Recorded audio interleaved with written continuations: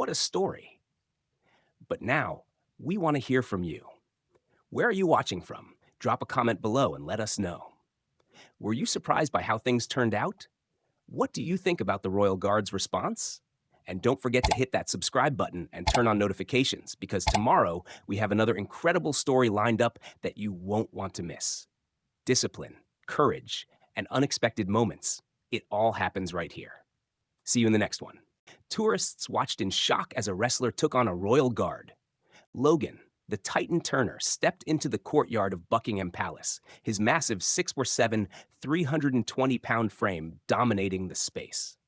The afternoon sun reflected off his championship ring, the diamonds glinting as he stretched his thick arms. Dressed in a sleek black tracksuit, adorned with his personal brand logo, he looked more like he was about to enter a wrestling ring than a historic sight. Tourists murmured as they recognized him. Some took out their phones, hoping for a selfie or an autograph. Others instinctively stepped back, unsettled by his presence. His reputation preceded him. Logan wasn't just a wrestler. He was a showman, a man who thrived on intimidation, a former champion known for pushing the limits of entertainment into real violence. He scoffed as he scanned the palace grounds. "Look at this place," he muttered to his trainer Mike, who stood beside him with a nervous expression. "Bunch of old buildings and guys playing soldier." Mike shifted uneasily. He had been with Logan for years, long enough to recognize the signs. Logan was looking for a fight. "Maybe we should just stick to the regular tourist spots," he suggested cautiously. Logan let out a harsh laugh, clapping a hand on Mike's shoulder, nearly knocking him off balance. "Regular tourists? Mike, I'm not a regular anything." He stretched his arms, cracking his neck with a smirk. "I go where I want, when I want. That's what being a 7-time heavyweight champion means." A group of elderly tourists whispered among themselves, glancing at him with disapproval. A mother pulled her children closer as Logan strode past, his shadow swallowing them in the golden afternoon light. The kids stared at him, eyes wide, having seen him on TV, throwing men twice their father's size across the ring, breaking bodies and spirits alike. Then, Logan's gaze landed on a royal guard, standing at attention near the palace gate. His smirk widened. "You see that guy?" Logan said, pointing, his voice loud enough to draw attention. "That's what happens when you can't make it in real combat sports. You dress up and play pretend." Mike tensed. A few veterans in the crowd stiffened as well. They had seen this before, not in a wrestling ring, but in places where real violence wasn't scripted. They recognized the coiled tension in Logan's stance, the way his predatory gaze locked onto his new target, and they knew this was not going to end well. The Royal Guard stood completely still.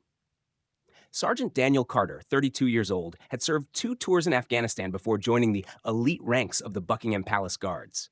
His posture was flawless, his grip on his rifle steady. The sun reflected off the polished brass of his buttons, his expression unreadable beneath the towering bearskin hat. He had faced real threats before. This wasn't one. But Logan Turner didn't see a trained soldier. He saw an easy target.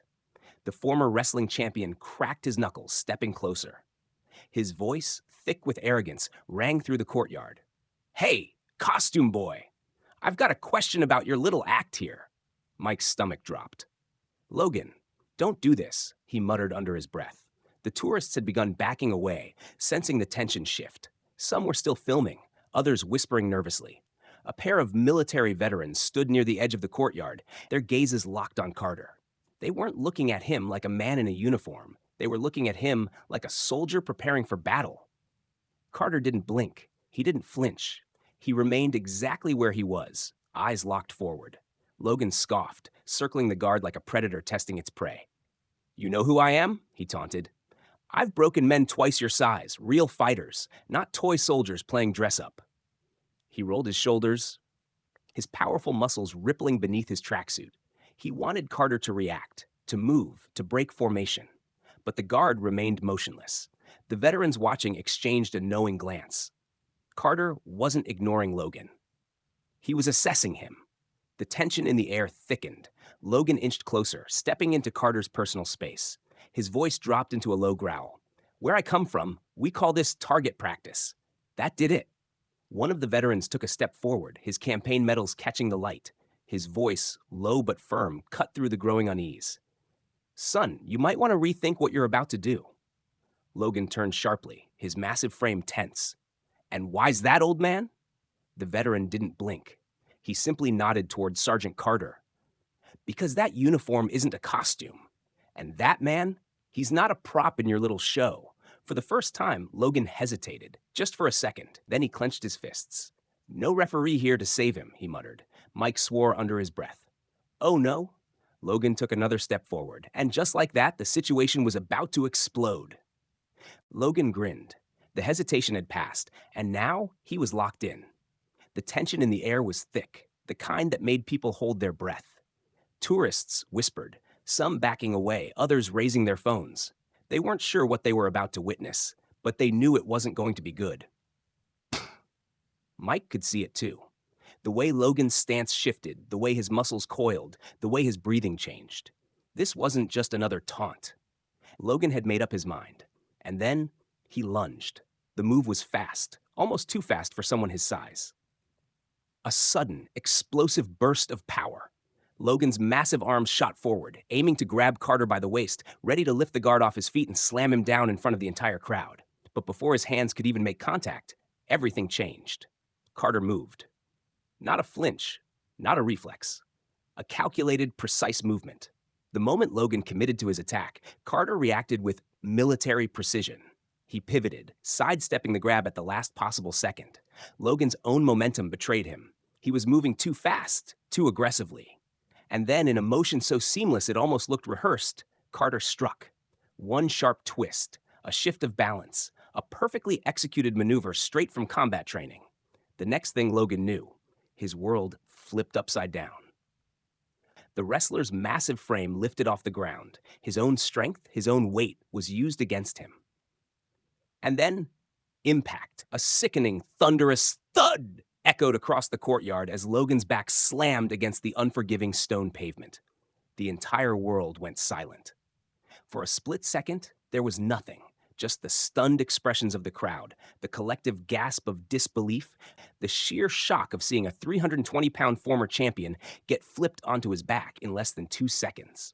Mike's mouth hung open. The veterans gave a knowing nod. Carter? He didn't move. No celebration. No reaction. He simply adjusted his stance, gripped his rifle, and returned to position. Logan, winded and gasping, rolled onto his side. His hands pressed against the cold pavement as he struggled to push himself up. His ego had taken a hit. But the fight? It wasn't over yet. Not for him. Logan Turner didn't stay down. And that was his biggest mistake. Logan Turner wasn't used to being on the ground. The impact had knocked the wind out of him, leaving him momentarily stunned. His palms scraped against the rough stone pavement as he pushed himself up, his chest heaving, his muscles aching from the force of the takedown. But humiliation burned hotter than the pain. The crowd was silent, stunned into disbelief. The phones were still up, recording every second. The tourists who had once whispered in awe of the wrestling champion were now whispering for an entirely different reason. Mike took a cautious step forward. "Logan, man, let's go," he urged, his voice low. "You don't have anything to prove." But Logan wasn't listening. His ego screamed louder than reason.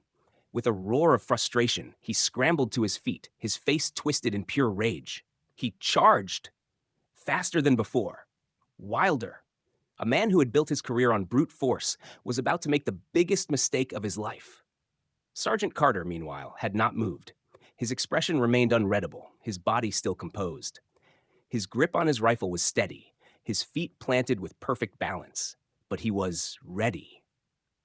Logan swung a massive fist, aiming straight for Carter's jaw, a punch that had knocked out men twice his size in the wrestling ring. Carter sidestepped. Effortlessly. Logan's momentum carried him too far forward. Off balance. Exposed. Carter reacted. Immediately. In a blur of motion, he grabbed Logan's extended arm, twisted his body, and executed another flawless combat maneuver. And just like that, Logan was airborne again.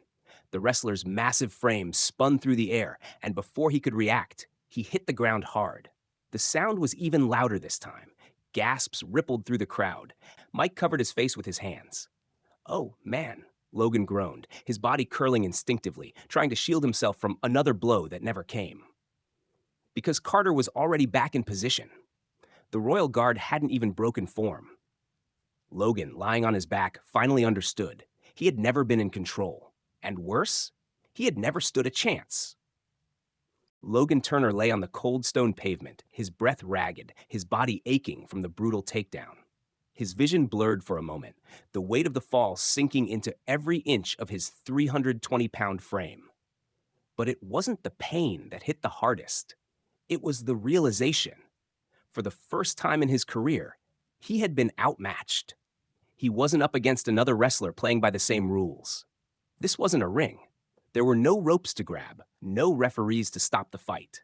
And most importantly, Sergeant Carter wasn't here for a show.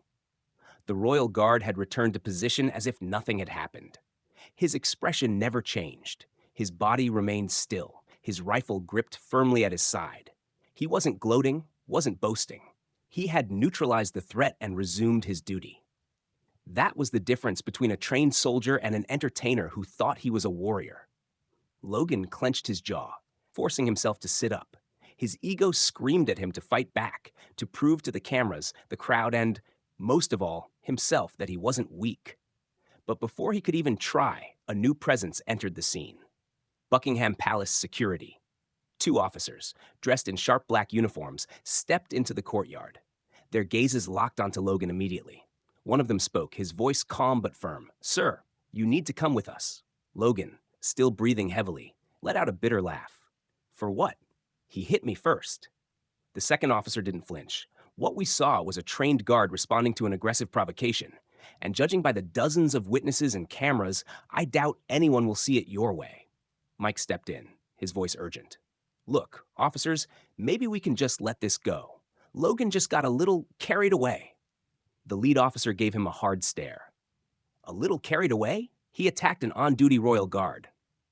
The crowd was still watching, some whispering, some shaking their heads. The same fans who had once admired Logan's strength now saw the truth. He had mistaken discipline for weakness.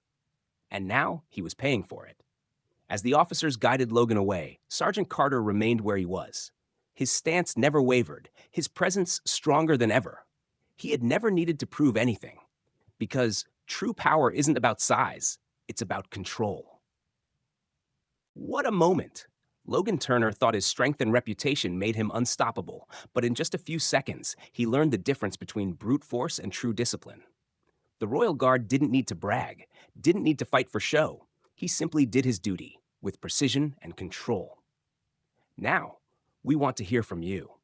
What do you think about this intense showdown? Did Logan get what he deserved, or do you think he had a point? Have you ever underestimated someone and been completely proven wrong? Share your thoughts in the comments below. And while you're at it, let us know where you're watching from. We love seeing viewers from all over the world tuning in to these incredible stories. If you enjoyed this, make sure to hit that subscribe button and turn on notifications, because tomorrow we have another jaw-dropping story that you won't want to miss. Stay tuned for more moments of honor, discipline, and unexpected lessons in strength.